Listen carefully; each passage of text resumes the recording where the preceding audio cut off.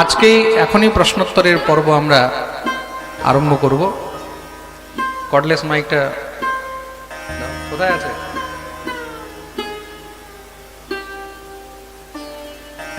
যারা যারা প্রশ্ন করবেন তারা হাত তুলে নেবেন।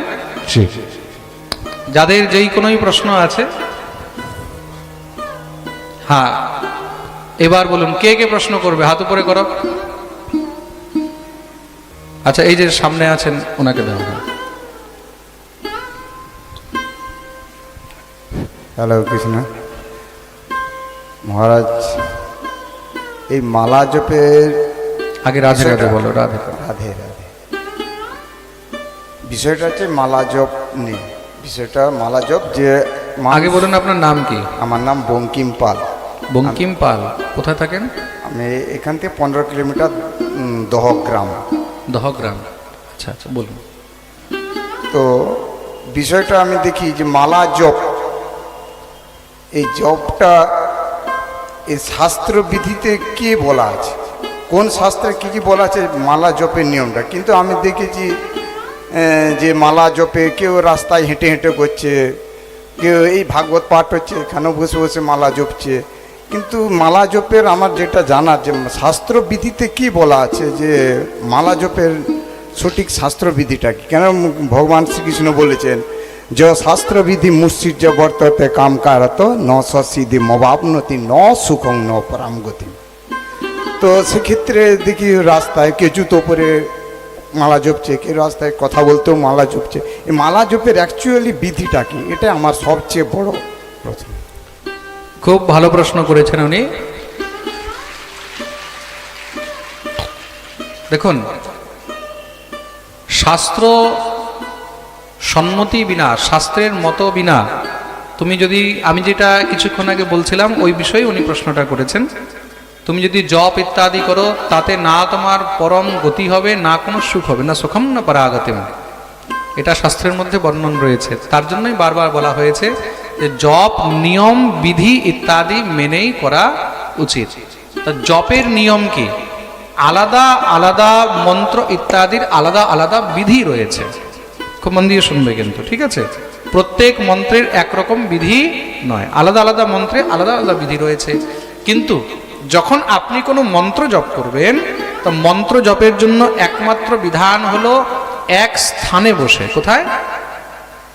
এক স্থানে বসে। যেই কোনো মন্ত্র সিদ্ধির জন্য আপনাকে আগে স্থান শুদ্ধি করতে হবে। এক আসনে বসে সেই আসন শুদ্ধি করে তৎপশ্চাৎ এবার প্রাণায়াম করে ধ্যান করে তৎপশ্চাৎ আপনাকে মন্ত্র জপ করতে হবে। কিছু কিছু মন্ত্র আছে যেই মন্ত্র জপের আগে আপনাকে শুধু অঙ্গন্যাস করন্যাসই নয়, তার আগে আপনাকে বিনিয়োগ করতে হয়, তার আগে আপনাকে সাপ মোচন করতে হয়। তা আলাদা আলাদা মন্ত্রের জন্য আলাদা আলাদা বিধি বিধানও রয়েছে। তার জন্যই বলা হয়েছে যে গুরুদেবের কাছে থেকে গিয়ে সেই মন্ত্রের বিধিগুলোকে জানতে হবে। দ্বিতীয় কথা, আপনি বলছেন অনেকে দেখা যাচ্ছে বাজারে মালা জপ করছে, অনেকে দেখা যাচ্ছে পাঠে বসেও করছে বা এদিক ওদিকে করছে। তা বাজারে বা পাঠে বসে বা রাস্তায় চলতে ফিরতে কি জপ করা যায়? সে সময় শুধু নাম জপ করা যায়। কি জপ করা যায়? সবাই মন দিয়ে শুনবে, কি জপ করা যায়? নাম। নাম আপনি যে কোনো জায়গায় জপ করতে পারেন। আপনি বাজারে, ঘাটে, পাঠে, রাস্তায় চলতে ফিরতে উঠতে বসতে যে কোনো জায়গায় নাম জপ করা যায়। নামের মধ্যে কোনো নিয়মের দরকার নেই, না দেশ নিয়মস্তস্মিন না কাল নিয়মস্তথা, কোনো দেশ কালের কিছু নিয়মের দরকার নেই। নাম জপ আপনি যে কোনো জায়গায় করতে পারবেন। খুব মন দিয়ে শুনবেন, কিন্তু নাম জপের জন্য আপনাকে কোনো কিছুর প্রয়োজন নেই। কিন্তু যদি অশৌচ অবস্থায় আছেন, অশৌচ অবস্থায় থাকলে তখন জপের মালায় জপ করবেন না, তখন করমালায় জপ করবেন। কিসে জপ করবেন? করমালায়। বাকি আপনি যেই পরিস্থিতিতেই থাকেন সেই পরিস্থিতিতেই আপনি নাম জপ করতে পারবেন। নাম জপ বলতে শুধু ঠাকুরের নাম, যেরকম রাম রাম রাম রাম রাম রাম রাম রাম, রাধেশ্যাম রাধেশ্যাম রাধেশ্যাম রাধেশ্যাম, সীতারাম সীতারাম সীতারাম সীতারাম, হরে কৃষ্ণ কৃষ্ণ কৃষ্ণ হরে হরে, হরে রাম রাম রাম হরে হরে। বুঝতে পেরেছো? এটা হলো নাম। তা নাম আপনি যে কোনো জায়গায় জপ করতে পারবেন, তার জন্য কোনো নিয়মের দরকার नहीं। जिस देश में जिस भेष में परिवेश में रहो, राधा रमण राधा रमण राधा रमण का। প্রেম সে বলো। বুঝতে পারলেন জিনিস? ঠিক আছে। আর আর কারোর কোনো প্রশ্ন আছে? দাও ওনাকে দাও।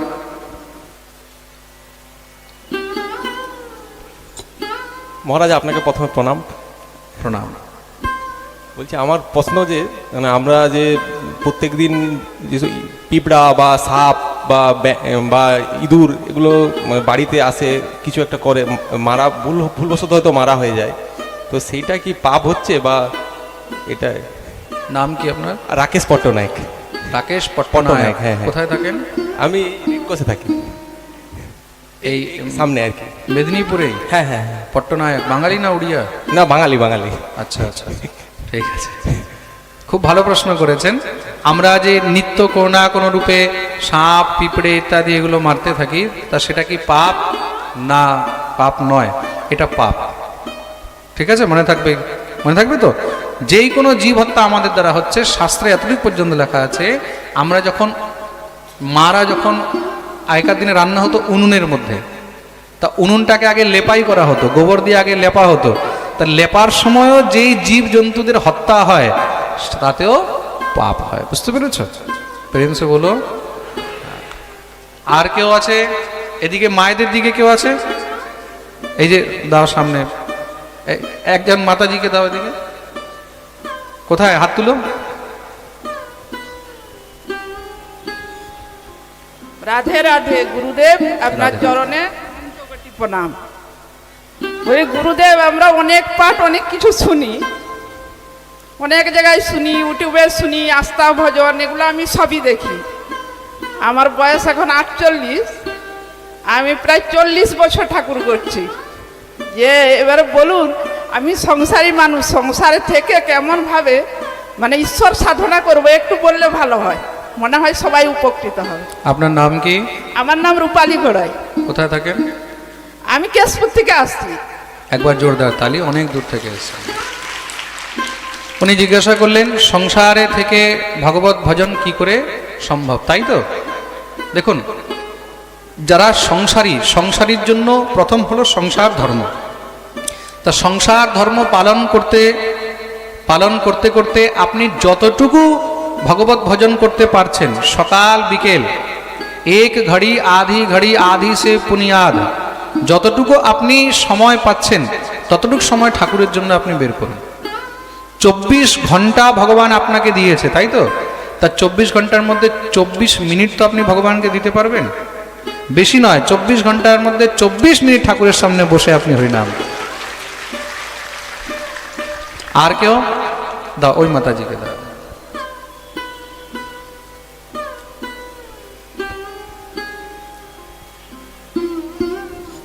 রাধে রাধে। রাধে রাধে মা। হ্যাঁ, আপনার চরণে শতকোটি প্রণাম। প্রণাম। আমি মেদিনীপুরেই থাকি, আমার নাম জয়ন্তিকা হাইত। আচ্ছা, আমার খুব জানার ইচ্ছা আপনার কাছে যে আমরা যে বলি আমাদের আত্মা আবার জন্ম নেয়, আমরা যতটা এখানে আধ্যাত্মিক লাইনে এগোচ্ছি তারপরের থেকেই আবার ওটা শুরু হয়। এটা আমি পাঠেই শুনেছি যে এই আত্মাটা কতদিন পরে জন্ম নেয় বা কিভাবে, মানে আমার এটা জানতে চাই, মানে আত্মা তো সঙ্গে সঙ্গে জন্ম নিয়ে নিচ্ছে না আরও মানে তার কিছু আছে, মানে কিছুদিন পরে নাই, এইটা আমার জানতে ইচ্ছা করে খুব। খুব সুন্দর প্রশ্ন করেছেন। দেখুন, খুব মন দিয়ে শুনবে। ভগবান গীতায় বলেছেন, বাসাংসি জীর্ণানি যথা বিহায় নবানি গৃহণাতি নরোপরাণি তথা শরীরাণি বিহায় জীর্ণান অন্যানি সংয়াতি নবানি দেহি। আমাদের আত্মা বস্ত্রের মতন দেহ পরিবর্তন করে, যেরকম আমরা রোজ কাপড় পাল্টাই তদ্রূপ আত্মাও দেহকে পরিবর্তন করে। তা আত্মা, উনি জিজ্ঞাসা করেছেন যে কত দিনে বা কত সময়ে একটি নতুন দেহ ধারণ করে। তা প্রত্যেকটি আত্মা কিন্তু সবসময় দেহ ধারণ করে না। প্রত্যেকটি জীবাত্মার যে পুনর্জন্ম হবে এটাও কিন্তু কোনো নিশ্চিত নয়। সে নিজের কর্ম প্রারব্ধ ফলে মুক্ত হয়ে যেতে পারে, তার মুক্তিও হয়ে যেতে পারে। যদি তার মুক্তি হয়ে গেছে, পরমগতি হয়ে গেছে, তার পুনর্জন্ম হবে না। কেউ যদি কর্ম প্রারব্ধ বসে ভূত হয়ে যায়, প্রেত হয়ে যায়, তারও পুনর্জন্ম হবে না, সময় লাগবে। কেউ যদি নিজের প্রারব্ধ অনুসারে আবার ভগবত কৃপায় মনুষ্য জন্ম পায়, তাহলে সেটা জন্মের বেশি সময় লাগে না মহারাজ। জন্মের কিছুক্ষণ সময়ের মধ্যে ক্ষণমাত্রের মধ্যে সেই কোনো না কোনো মাধ্যমে অন্য কোনো জীবের গর্ভেও প্রবিষ্ট হয়ে যায়। তা এইভাবেও তার জন্ম সম্ভব বা জন্ম না হয় এটাও সম্ভব। বুঝতে পারলেন তো? প্রেম সে বলো। আর কেউ? আচ্ছা দেন ওনাকে। রাধে রাধে। রাধে রাধে। মহারাজজি আপনাকে অনন্ত দণ্ডবোধ। এই অধবের আমার নাম রতন দাস। ধন্যবাদ। শ্রীমদ্ ভগবদ গীতার থেকে আমি একটু জানতে ইচ্ছা করি মহারাজ, বলুন। যে যোগী কাহাকে বলে? আমি সেই জিনিসটাই বুঝতে পারছি না। অর্জুনকে বলছেন ভগবান শ্রীকৃষ্ণ যে তুমি যোগী হও, এবং সেই যোগী আমি চিনতে পারছি না। যোগী কাহাকে বলে আমাকে একটু যদি চিনিয়ে দিন আপনি দয়া করে, আপনার চরণে এই নিবেদন আমার। খুব সুন্দর প্রশ্ন করেছেন। উনি যেই প্রশ্ন করেছেন এটা উপনিষদের মধ্যে রয়েছে, খুব মন দিয়ে শুনবে কিন্তু। উনি যেই প্রশ্ন করেছেন নানা উপনিষদের মধ্যে এই কথা বর্ণন রয়েছে। আপনারা যখন ঈশোপনিষদ পড়বেন, একটা উপনিষদ আছে ঈশো উপনিষদ, তার মধ্যে এই যোগ বিষয়ে খুব সুন্দর বর্ণন রয়েছে। সে ঈশো উপনিষদের মধ্যে বলা হয়েছে যোগ কাকে বলে। একমাত্র পরমাত্মার সঙ্গে জীবাত্মার যে যোগ, খুব মন দিয়ে শুনবে, জীবাত্মা যখন পরমাত্মাকে ধ্যান করে, পরমাত্মার প্রাপ্তির জন্য যখন ধ্যানস্থ হয়ে একাগ্রচিত্ত হয়ে একমাত্র শুধু তাকেই চিন্তন করে, তা জীবাত্মা আর পরমাত্মার মিলনকেই যোগ বলা হয়। বুঝতে পেরেছেন? যোগের দ্বিতীয় আর কোনো ডেফিনেশন নেই। প্রেম সে বলো। হ্যাঁ, আর কেউ? আচ্ছা দেও ওনাকে মাথা।